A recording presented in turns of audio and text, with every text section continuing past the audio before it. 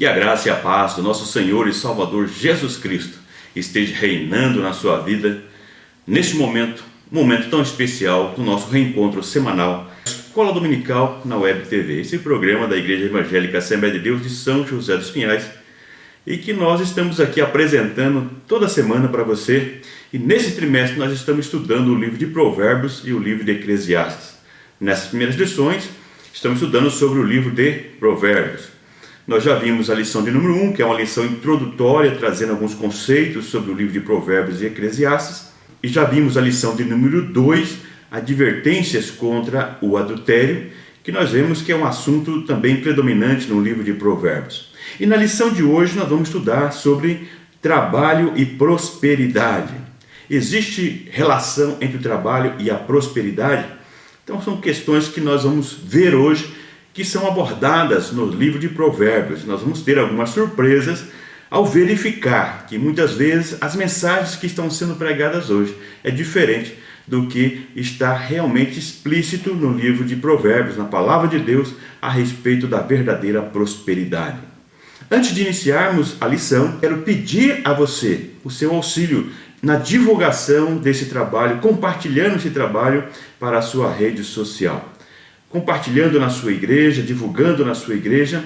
Quanto mais pessoas tiverem acesso a essas informações, melhor para a escola dominical. É uma contribuição para o crescimento e a melhoria da escola bíblica dominical. Lembrando mais uma vez que nós sempre deixamos tanto o vídeo, que estou comentando com vocês, como o arquivo de slides, que aparece para você aí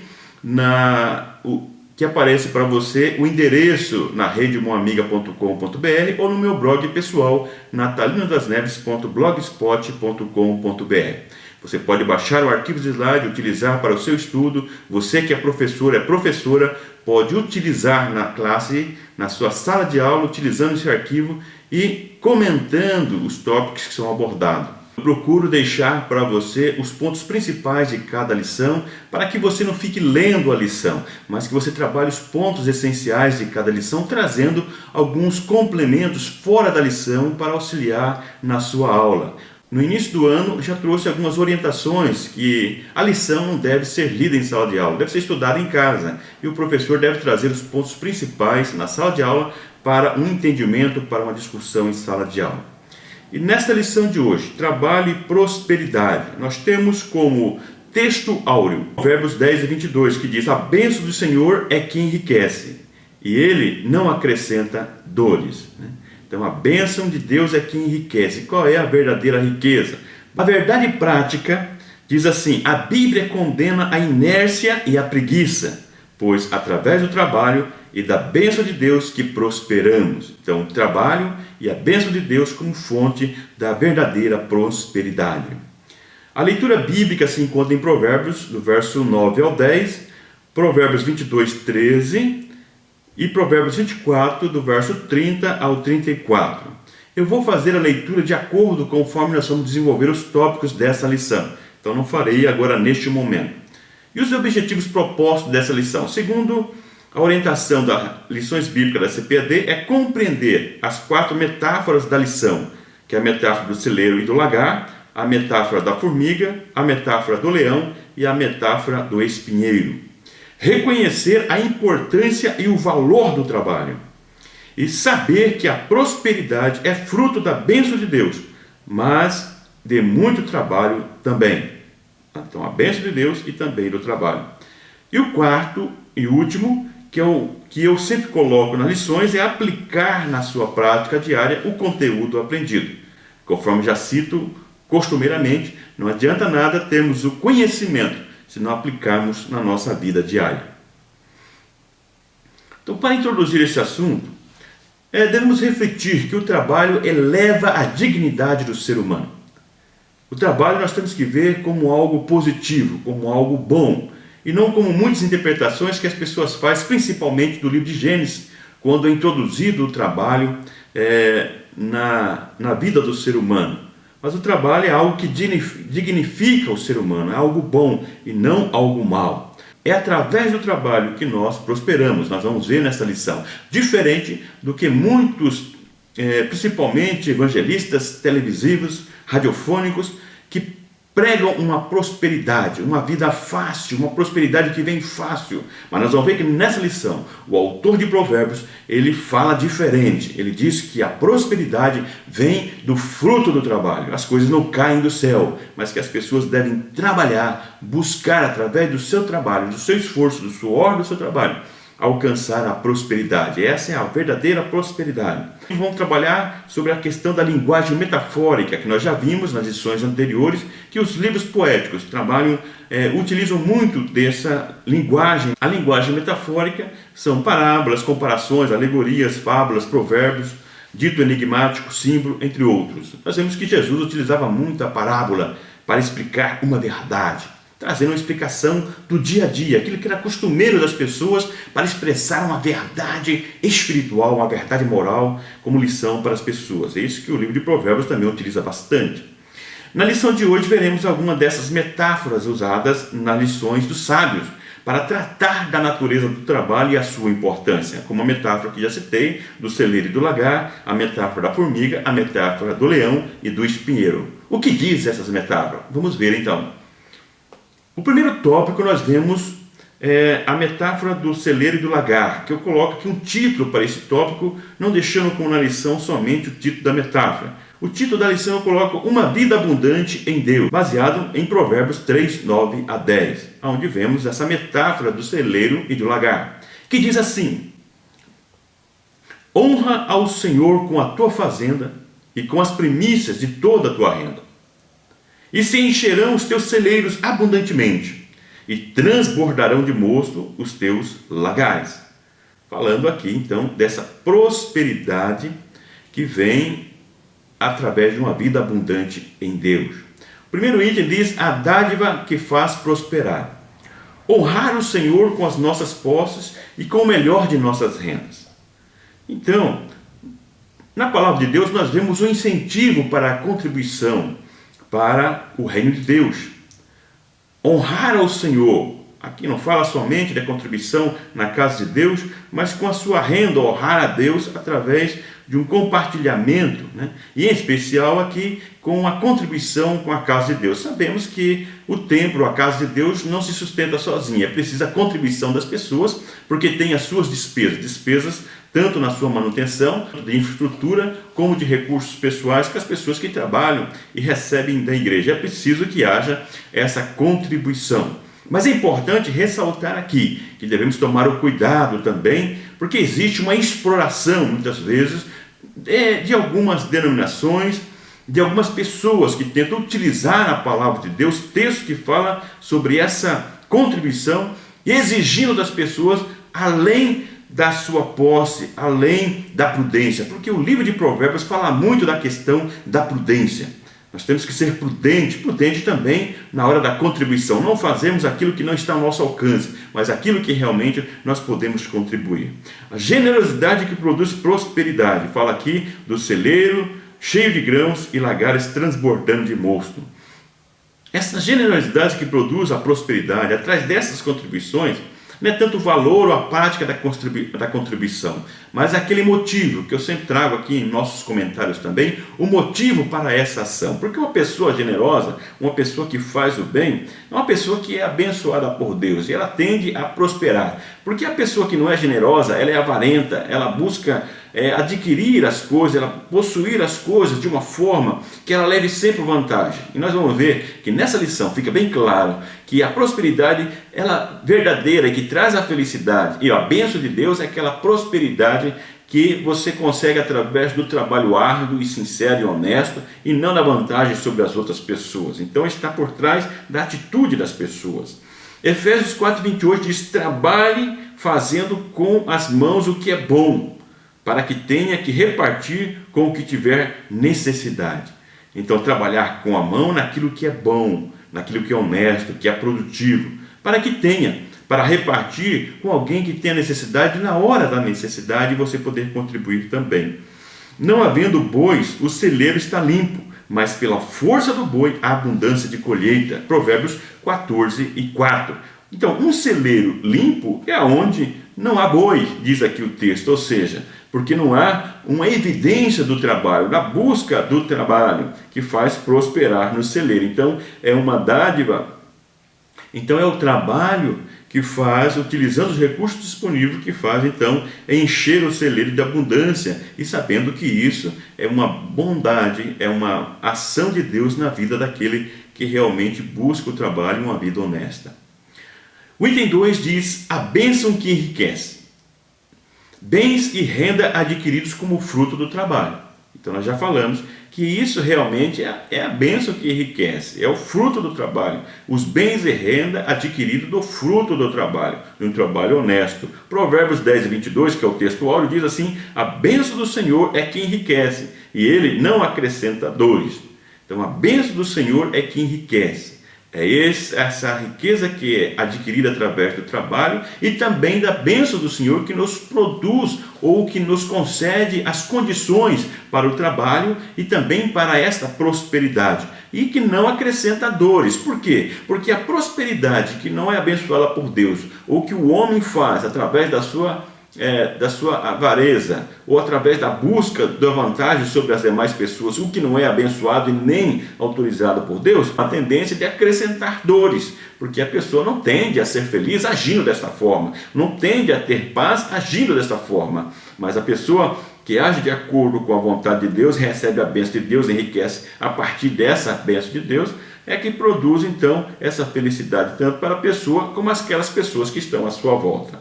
A bênção divina que faz a distinção entre ter posses e ser verdadeiramente próspero. Repetindo, a bênção divina é que faz a distinção entre ter posses e ser verdadeiramente próspero.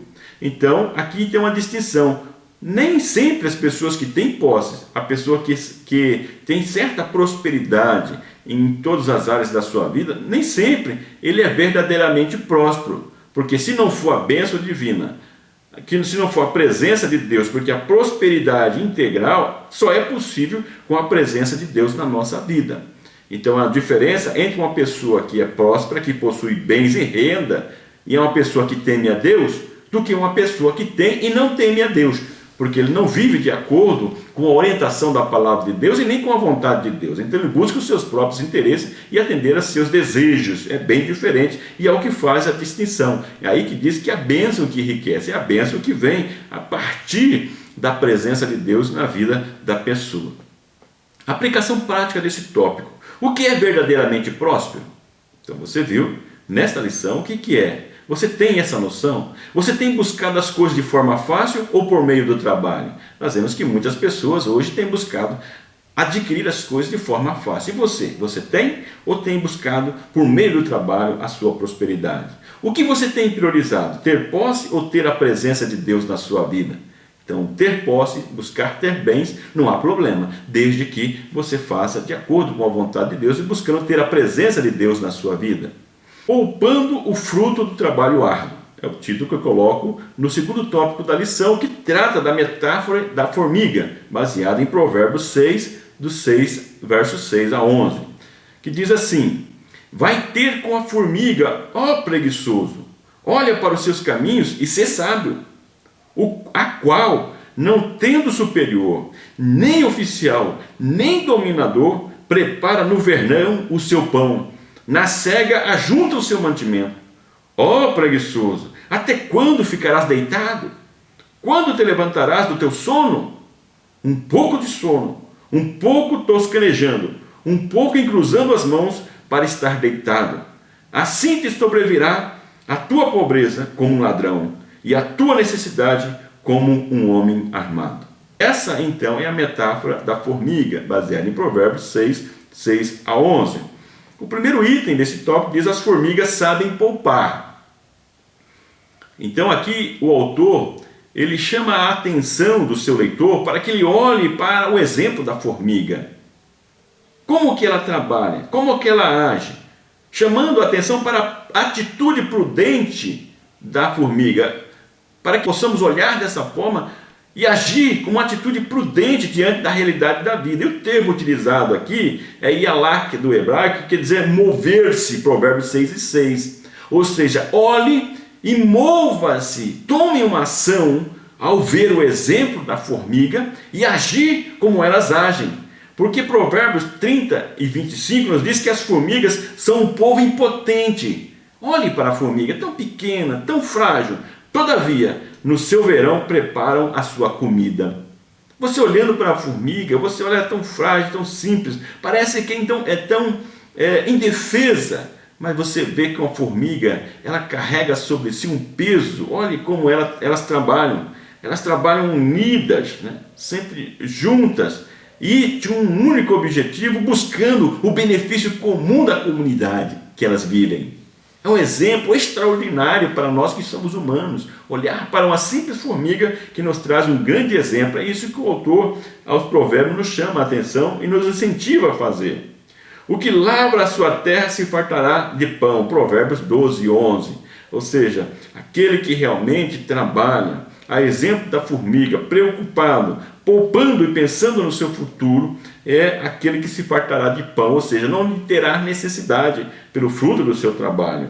Poupar recursos para eventualidades futuras, é isso que faz a formiga. Trabalha no verão porque no momento da sua necessidade ela tem ali já suprido as suas necessidades de acordo com o tempo necessário. Traz esse exemplo para nós, nos preocuparmos também com o tempo futuro, aproveitarmos o presente, mas guardarmos, pouparmos daquela renda que nós temos dos bens para algo futuro. Por isso que eu disse que nas contribuições e tudo também, nós temos que ser prudentes, porque nós temos que ter alguma reserva para qualquer eventualidade que possa vir na nossa vida, a exemplo do que as formigas fazem.